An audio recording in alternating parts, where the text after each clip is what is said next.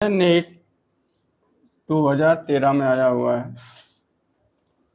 And the iron explosion breaks a rock into 3 parts in horizontal plane. 2 of them go off at right angles to each other. The first part of the mass 1 kg moves with a speed of 12 meter per second, and the second part of the mass 2 kg moves with 8 meter per second speed. If the third part flies off with a 4 meter per second speed, then its mass. हमें एक explosion है, explosion को हम break कर रहे हैं। ये explosion जब ब्रेक हो रहा है उसके 3 पार्ट हो रहे हैं, उसमें 3 पार्ट में से 2 पार्ट जो हैं वो म्यूचुअली परपेंडिकुलर, एक्सप्लोज होने के बाद म्यूचुअली परपेंडिकुलर हो जा रहे हैं। और जो म्यूचुअली परपेंडिकुलर है, the first part of the mass 1 kg, उसमें से एक जो है उसका मास 1 kg है और उसकी स्पीड है 12 मीटर पर सेकंड। और दूसरा पार्ट जो second part of the mass 2 kg move with 8 metre per second, ये दोनों म्यूचुअली परपेंडिकुलर हैं। यानी एक तो अगर आई कैप है तो दूसरा जे कैप है, तो अगर एक्स डायरेक्शन मूव कर रहा है तो वाई डायरेक्शन मूव करेगा। तीसरे वाले का हमें डायरेक्शन नहीं पता है। इसमें लगेगा जैसे पहले पूरा एक्सप्लोजन, पहले एक्सप्लोज नहीं हुआ, तो एक्सप्लोज नहीं हुआ तो मान लीजिए जब एक्सप्लोज होगा F external is equal to dp upon dt होता है। F external dp upon dt, F external is equal to dp upon dt। इसमें देखिए कोई एक्सटर्नल फोर्स नहीं लगेगा। जैसे मान लीजिए ये है एक्सप्लोजन, तो एक्सप्लोज पहले नहीं हुआ, जब एक्सप्लोज हो जाएगा, जैसे मान लीजिए 3 पार्ट हो गए इसके, एक्सप्लोजन पर 3 पार्ट हो गए। जैसे देखिए इस पर नॉर्मल लगेगा ऐसे, इस पर नॉर्मल लगेगा ऐसे, mg लगेगा ऐसे, mg लगेगा ना। लेकिन mg लगेगा, सब तो नॉर्मल देखने में कट जाए, लेकिन ये जो नॉर्मल फोर्स लगेगा in compare to mg very large रहेगा, जिससे हम इसको नेगलेक्ट कर लेंगे। ये नेगलेक्ट कर लें तो मान लीजिए n प्लस mg एक ठो आएगा, एक ठो n आएगा, लेकिन ये बहुत छोटा है ना, तो दोनों देखिए इक्वल और अपोजिट है। n इधर भी n है, इधर भी n है, तो ये कैंसिल हो जाएगा ना। तो पूरा कोई नेट फोर्स नहीं लग रहा है। एक्सप्लोजन के बाद भी, एक्सप्लोजन से पहले भी कोई एफ एक्सटर्नल नहीं है, कोई एफ एक्सटर्नल नहीं है। तो dp अपॉन dt क्या हो जाएगा, ये पूरा क्या हो जाएगा, जीरो। एफ एक्सटर्नल नहीं है ना भाई, एफ एक्सटर्नल जीरो हो जाएगा। तो dp upon dt is equal to zero, तो dp इज इक्वल टू क्या आ जाएगा हमारा constant, p is equal to constant, p is equal to constant आ जाएगा। p कांस्टेंट यानी initial momentum is equal to final momentum, initial momentum is equal to final momentum.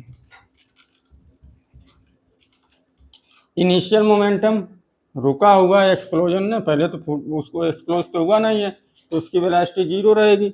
Initial momentum is equal to final momentum, P I is equal to P F. P initial कितना हो जाएगा, zero. P final में 3 ठो हैं, एक P1 है plus P2 है plus P3 है। अब इसको हम ऐसे लिख दें, P1 plus P2 plus P3 is equal to zero. P1 का मास कितना है, 1 kg है, ये 1 kg इंटू किस डायरेक्शन, म्यूचुअली परपेंडिकुलर। इसको मान लीजिए हम जो 1 kg का है, 1 kg का जो है ये मान लीजिए इस डायरेक्शन में है, 12 मीटर पर सेकेंड, और ये जो है इसका मास 1 kg, और ये जो है 12 मीटर पर सेकंड से जा रहा है। Speed of the mass of the second 2 kg है, 2 kg मान लीजिए वाई पर ऐसे, ऐसे मान लीजिए इस डायरेक्शन में है, म्यूचुअली परपेंडिकुलर होगा ना। ये कितने से जा रहा है, 8 मीटर पर सेकंड से। इसका मास कितना है, m is equal to 2 kg, ये 2 kg है, तो इसका ये आई कैप हुआ, ये आई कैप। इसके बाद अब यहाँ पुट किया जाए, P1 की value 1, P1 is equal to m1 V1 ना, तो m1 कितना है, 1 है, और ये 12 I cap.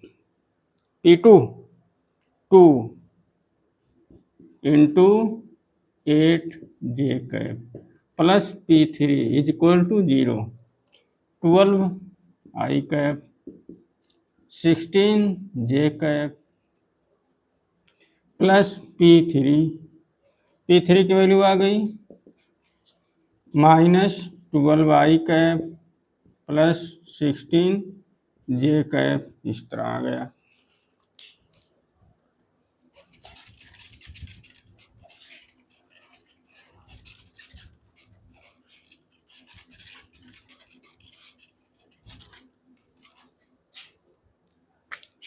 P3 is equal to -12 I cap -16 J cap.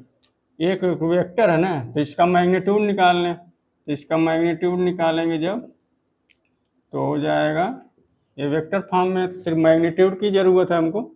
तो -12 का स्क्वायर प्लस -16 का स्क्वायर, 12 का स्क्वायर 144, इसका स्क्वायर 256। इन दोनों को ऐड किया जाए कितना आ जाएगा, 256 144 0 0 और 4 आ जाएगा 400 आ गया।